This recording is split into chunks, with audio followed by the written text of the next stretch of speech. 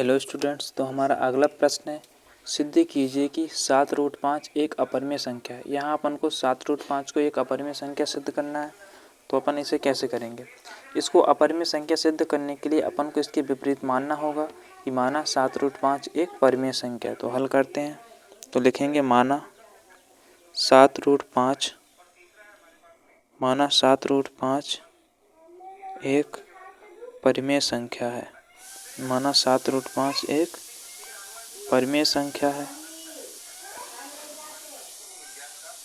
जब 7√5 एक परिमेय संख्या है तो परिमेय संख्या क्या होती है? आपकी परिमेय संख्या के ही बराबर होती है। तो अपन लिख सकते हैं कि जो आपका 7√5 है वो आपका क्या है?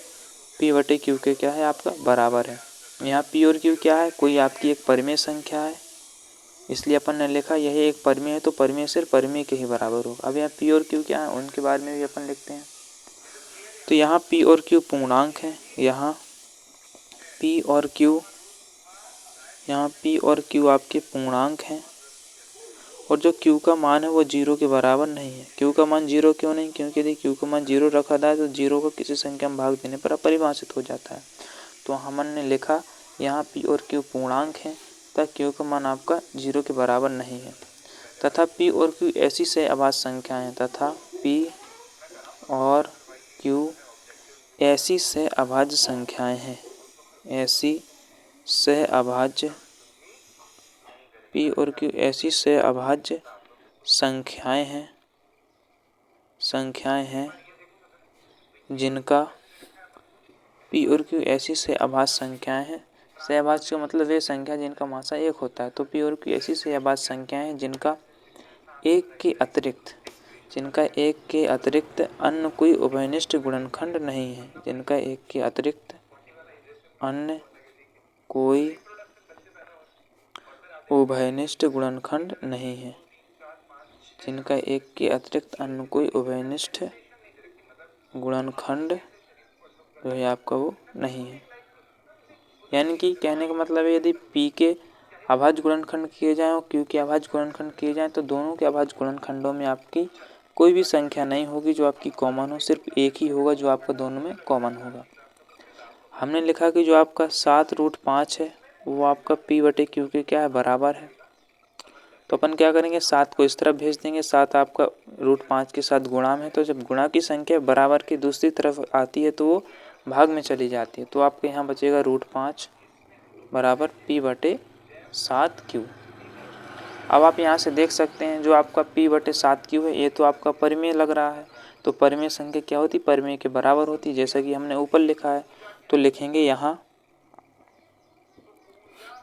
P/7Q एक परिमेय संख्या है। P/7Q एक परिमेय संख्या है।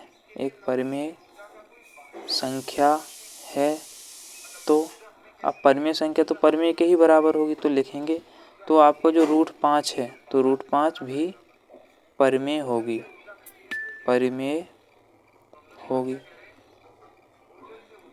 अब ये परिमेय है तो ये भी आपकी क्या होगी? परिमेय होगी।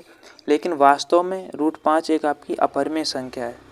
अब यह एक अपरिमेय संख्या तो अपरिमेय परिमेय के बराबर हो सकती है क्या? तो नहीं हो सकती। तो अपन यहाँ से लिखेंगे हम जानते हैं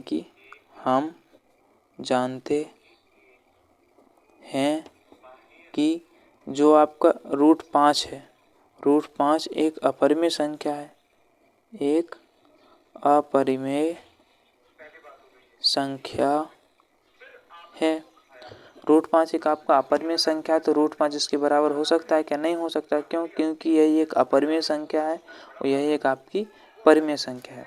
तो अपन लिखेंगे अतः यह हमारी कल्पना के विपरीत रहा। अतः यह हमारी कल्पना के विपरीत रहा।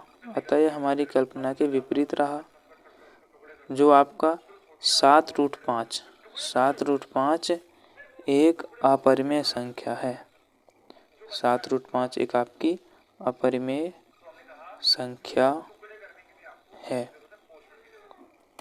हमने यहाँ पर ऐसा क्यों लिखा? अतः यह हमारी कल्पना के विपरीत रहा। हमने यहाँ पर इसलिए लिखा क्योंकि हमने ऊपर माना था कि जो आपका 7√5 है वो पिवट ए क्यू के बराबर है। पिवट ए क्यू के बराबर क्यों? क्योंकि इसको हमने एक परिमेय संख्या माना था और परिमेय सिर्फ परिमेय के ही बराबर हो सकती है। लेकिन वास्तव में जो आपका 7√5 है वो आपकी एक अपरिमेय संख्या है, तो अपरिमेय परिमेय के बराबर हो सकती है क्या? नहीं हो सकती। तो यही हमारा जो यहाँ पर सिद्ध हो रहा है कि जो परिमेय संख्या है वो परिमेय के बराबर हो सकती है, यानी कि ए परिमेय है तो यानी कि ए भी परिमेय होना चाहिए। लेकिन वास्तव में ये क्या है? अपरिमेय संख्या। तो हमने लिखा, हम जानते हैं कि इतनी एक अपरिमेय संख्या है, अतः यह हमारी कल्पना के विपरीत रहा। जो 7√5 है वो एक आपकी अपरिमेय संख्या है। इसी के साथ आपका प्रश्न नंबर 5 का सेकंड पार्ट भी जो है समाप्त होता है। मैं उम्मीद करता हूँ कि आपको वीडियो पसंद आई होगी। यदि वीडियो पसंद आई है तो हमारे चैनल को लाइक शेयर और सब्सक्राइब जरूर करें। धन्यवाद।